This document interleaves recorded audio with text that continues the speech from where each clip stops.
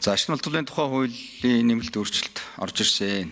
Энийг бол зарчмын хувьд дэмжсэн юм байр суурь дээрээс үг хэлнэ. Үндэ бол Монгол улсын эзэн засаг өнөөдрийн байдлаар ямар байгаа вэ? Яг мэргэжлийн байнгын орны гишүүд бид нар бүгдээрээ л мэдж байгаа.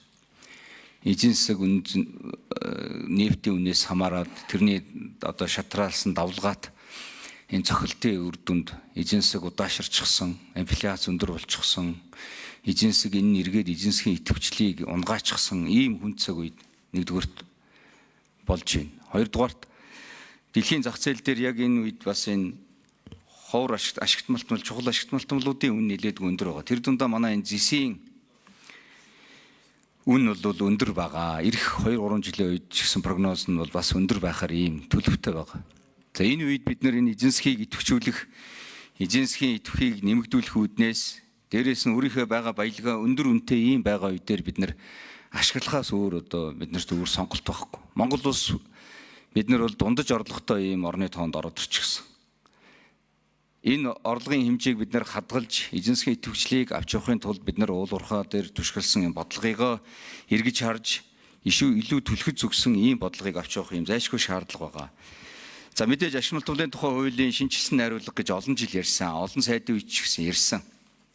Одоо ингээд нэмэлт өөрчлөлт хэлбэрээр ингээд орж ирж байгаа нь яг хэдий шинжилсэн найруулга орж ирээгүй ч гэсэн яг чухал заалтуудаа бас ороод ирсэн болов уу гэж ингэж бодож байгаа. Тухайлбал одоо энэ геологийн суурь судалгаагаа бид нар хийж чадахгүй байгаа. Нэг хэрцэг 50,000-ын масштабаар судалгаа хийгээд олон жил бид нар төрийн бодлогын баримтчгүй тусгай явсан. Өнөөдөр хүртэл хийж чадахгүй л байгаа.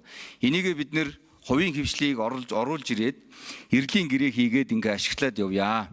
Эрдлийн гэрээн дээр үндэслээд эрдэс баялагын мэрэгжлийн зөвлөлт дээрээ дүгнэлтээ гаргаад тэрэн дээр нь үндэслээд энэ хайгуулынхаа судалгааныхаа лицензүүд талбаануудыг олгоод явъя. Хайгуулын лиценз талбай олгохдоо бас хариуцлагатай явъя. Өмнөх шиг өгөөд алга болдоггүй ш, илүү хариуцлагатай явъя гэсэн ийм одоо гол одоо заалтууд орж ирж байгаа. За мөн түүнчлэн энэ хамгийн их асуудал яригддаг энэ уурхаан хаалт нөхөн сэргээлттэй холбоотой асуудлуудыг тусгай сан байгуулж тэн дээрээ мөнгөн хэлбэрээр байршуулж явдаг болёо. Эргээд бас уул уурхай ашиглаж байгаа аж ахуйн нэгжүүдийг эргээд бас ийм хяналттай явдаг ийм системийг оруулж ирж өгч байгаа.